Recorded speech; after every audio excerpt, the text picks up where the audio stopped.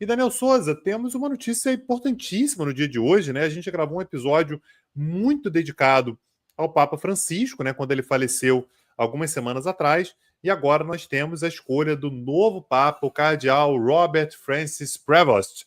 Isso foi escolhido hoje, né? Como o novo Papa e assumirá o nome de Leão XIV.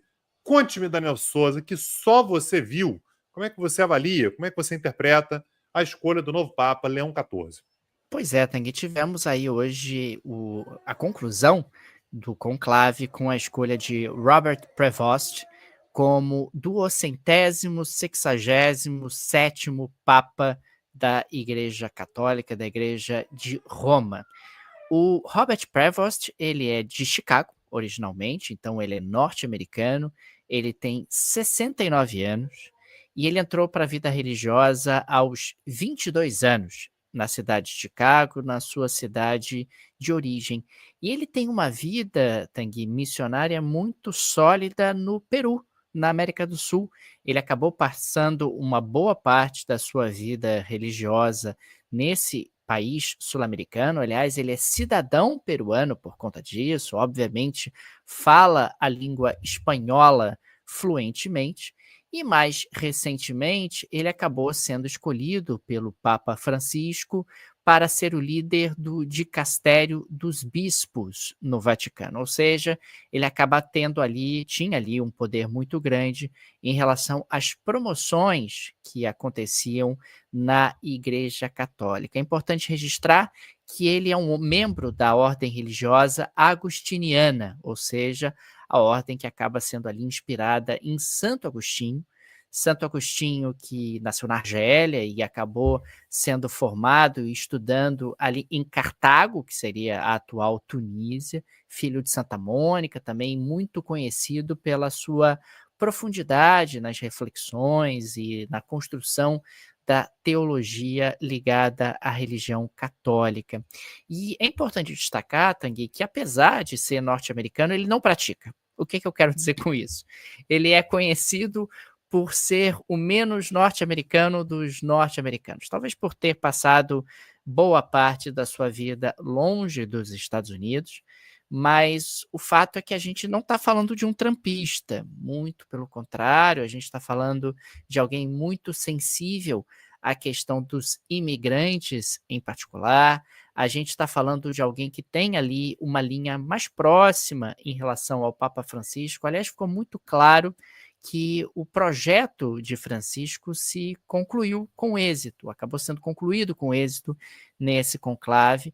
Afinal, nos últimos anos, ele aumentou muito o número de cardeais, né, dos cardeais escolhidos por ele, quer dizer, boa parte dos cardeais que participaram desse conclave foram escolhidos por ele, e o número de cardeais aumentou também de maneira substantiva. Foi o maior conclave da história, nós nunca tivemos tantos cardeais participando de uma eleição como essa, e um conclave que foi muito diverso, muito plural, inclusive com cardeais de partes do planeta que jamais haviam participado desse tipo de eleição. Uma coisa que me chamou a atenção, Daniel, em cima disso que você está falando, foi a escolha do nome, né? O nome que ele escolheu foi Leão XIV, e talvez numa referência, inclusive, ao Leão XIII, né? Que foi responsável pela encíclica Rerum Novarum, do ano de 1891. 1891, isso, a data certa, 15 de maio de 1891. A Rerum Novarum, ela fala muito sobre a condição dos operários, né? Ela fala sobre direitos que os operários deveriam ter, isso sendo respaldado, portanto, por um Papa, né? O que é algo que chama atenção. Então, me parece, Daniel, não sei se é a impressão que você tem também, que ao escolher o nome Leão XIV, ele talvez esteja fazendo uma referência, sempre tem um significado muito forte, né? Sempre tem uma noção de a quem você recorre, né? Quais são as referências que você tem. Então, possivelmente, né, a escolha do nome Leão XIV seja uma referência ao próprio Leão XIII da Rerum Novarum. Acho muito difícil que essa referência não tenha sido pensada por ele, né, Tanguy? O Leão XIII, aliás, há uma curiosidade, ele é o primeiro papa que nós temos imagens. Quem tiver curiosidade pode procurar na internet, vai achar com facilidade imagens do Leão XIII, que foi papa ali na virada do século XIX para o século XX. Então ele se coloca aí como alguém muito alinhado aos novos tempos, alguém muito alinhado justamente às novas temáticas e que deve trazer aí discussões muito arejadas em relação à Igreja Católica. Agora, é sempre importante destacar que a gente está falando de uma instituição milenar, né? Uma instituição milenar que acaba fazendo modificações, que acaba fazendo mudanças muito lentamente, mas ficou muito claro que o grupo do Papa Francisco, que acabou sendo formado por ele durante os anos de seu papado, saiu vitorioso realmente desse conclave. Claro que existe a questão teológica, existe a questão religiosa, mas também há um componente político ali dentro daquele conclave, onde você tem grupos com visões diferentes em relação ao futuro da igreja, e isso é algo que fica muito evidente em momentos como esse. Ele é muito conhecido, Tanguy, pela sua capacidade de diálogo, né?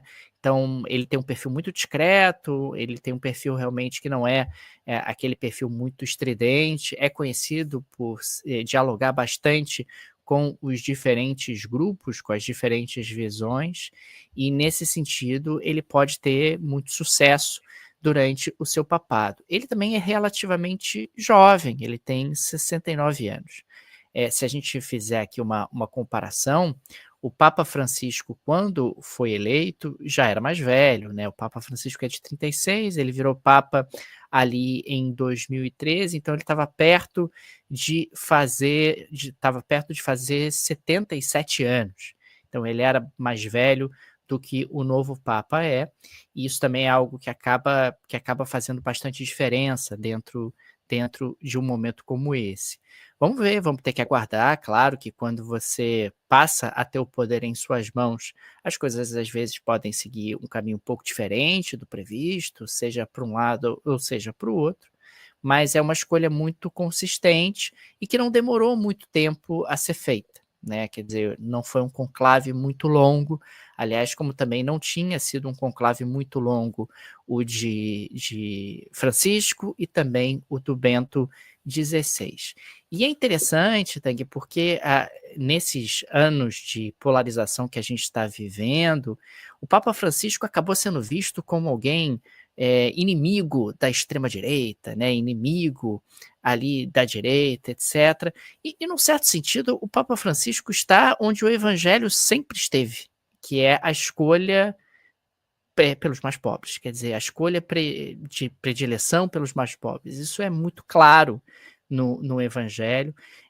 Essa vinculação, inclusive, que você fez referência da igreja aos trabalhadores por conta do Papa Leão XIII, num certo sentido também teve presente no papado do João Paulo II, na proximidade dele em relação à solidariedade na Polônia. É claro que a igreja tinha ali um antagonismo em relação à União Soviética por conta do marxismo, da questão do marxismo, e o marxismo tinha na igreja uma inimiga, do ponto de vista até filosófico, né, no leste europeu, mas a preferência ali pelos mais pobres acaba sendo algo que está presente em diferentes papas ao longo do tempo, e isso é algo que até nesses anos que a gente está vivendo de radicalização parece uma coisa estranhíssima. Meu Deus, mas como assim? Você está falando dos mais pobres? Você está, de alguma maneira, dando ali foco, luz para os migrantes indocumentados que chegam em Lampedusa, né, no caso do Papa Francisco, em alguns atritos que ele teve com o Estado italiano, é algo que sempre teve presente, num certo sentido, mas o que eu quero destacar é que a igreja se move mais devagar do que a política, né? Se move mais devagar do que os temas internacionais, e por isso, às vezes, pode parecer que os papas estão em posições muito diferentes uns dos outros, e não necessariamente estão, talvez o mundo é que tenha mudado, e não exatamente os papas e as suas posições. Agora, Daniel, olhando do ponto de vista político, a gente viu alguns movimentos do governo dos Estados Unidos, do governo de Donald Trump, em direção à questão do papado, a questão do Vaticano. Por exemplo, o J.D. Vance, né, o vice-presidente dos Estados Unidos, fez uma pressão para saber quem é que ia ser o Papa, para tentar quebrar um pouco essa continuidade do Papa Francisco, para tentar conseguir um Papa que fosse um pouco mais afável a esses movimentos da direita, como você falou. E o próprio Donald Trump disse que ele mesmo poderia ser Papa, que ele seria a sua principal escolha, e fez lá aquela papagaiada lá com inteligência artificial se colocando com roupa de Papa.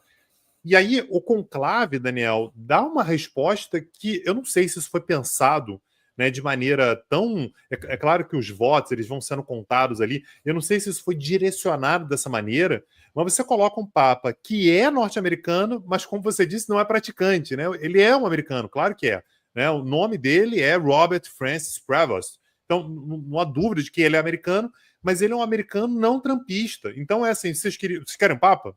Então, olha aqui, o Papa é americano, mas ele vai ser um Papa que provavelmente vai discordar de grande parte das posições do atual governo americano. Tá? Então, se o conclave pensou nisso, é uma resposta muito, muito direta, muito objetiva, né? No sentido de a gente não vai aceitar essa pressão e a gente vai ser capaz de dar uma resposta que é colocar um Papa americano que não concorda com o que o governo dos Estados Unidos prega no momento atual. Não sei como é que você vê essa questão, Daniel, se você enxerga uma resposta nesse sentido, mas me salta aos olhos o momento no qual exatamente um Papa americano, o primeiro da história, é eleito. Americano, que eu digo, dos Estados Unidos, né? Americano, né, de forma mais ampla, é o segundo. É claro que quando a gente pensa na escolha de um papa, pressões políticas de mandatários existem há muitos séculos, né? Que não é exatamente uma novidade. Agora, realmente, a pressão do governo Trump foi muito explícita, né? Foi uma pressão muito assintosa, num certo sentido, numa tentativa, de alguma maneira, de controlar a dinâmica interna do Vaticano, lembrando que o Vaticano é um Estado soberano, né? E como Estado soberano, ele pode ali realmente tomar as decisões que considera adequadas. É difícil saber se foi uma resposta racional ao governo Trump, mas de certa forma nós teremos aí um Papa que não me parece, pelo menos na largada, que vai agradar o Trump. Né? É claro que o Trump disse que está ansioso para conhecê-lo, claro que o Trump tenta colocar ali como talvez uma vitória do seu governo, America Great Again, afinal agora temos até o Papa. Veja você como os Estados Unidos voltaram a ser grandes. Mas ele não é alguém alinhado a uma agenda trumpista, é alguém muito sensível à questão realmente, à questão dos imigrantes, particularmente, e quando eu fiz essa provocação, né, de ele ser um norte-americano que não é praticante, é porque ele está muitos anos fora dos Estados Unidos, né, e quando você está muitos anos fora dos Estados Unidos, você acaba ganhando características dos países nos quais você viveu, quer dizer, ele viveu muitos anos no Peru, já viveu aí alguns anos em Roma, chegou a voltar durante um breve período para os Estados Unidos, mas você vai se tornando ali sensível. A gente fez, inclusive, recentemente uma viagem pelo continente africano. É impossível que você não saia transformado quando você tem contato com pessoas, quando você tem contatos com determinadas situações. Isso aumenta realmente a sua capacidade de empatia, de entender qual é a realidade do outro, de se colocar no lugar do outro. E nesse sentido, o novo Papa, o Papa Leão XIV, vai entrar em choque com Donald Trump. Não acredito que vai ser aquele choque muito frontal, que ele vai ficar, de alguma maneira, provocando o Trump. Não vai ser isso, mas as posturas dele, certamente, em algum grau, mantendo aí uma coerência com a sua vida religiosa, elas vão entrar em choque e vão incomodar o governo dos Estados Unidos, sem dúvida alguma.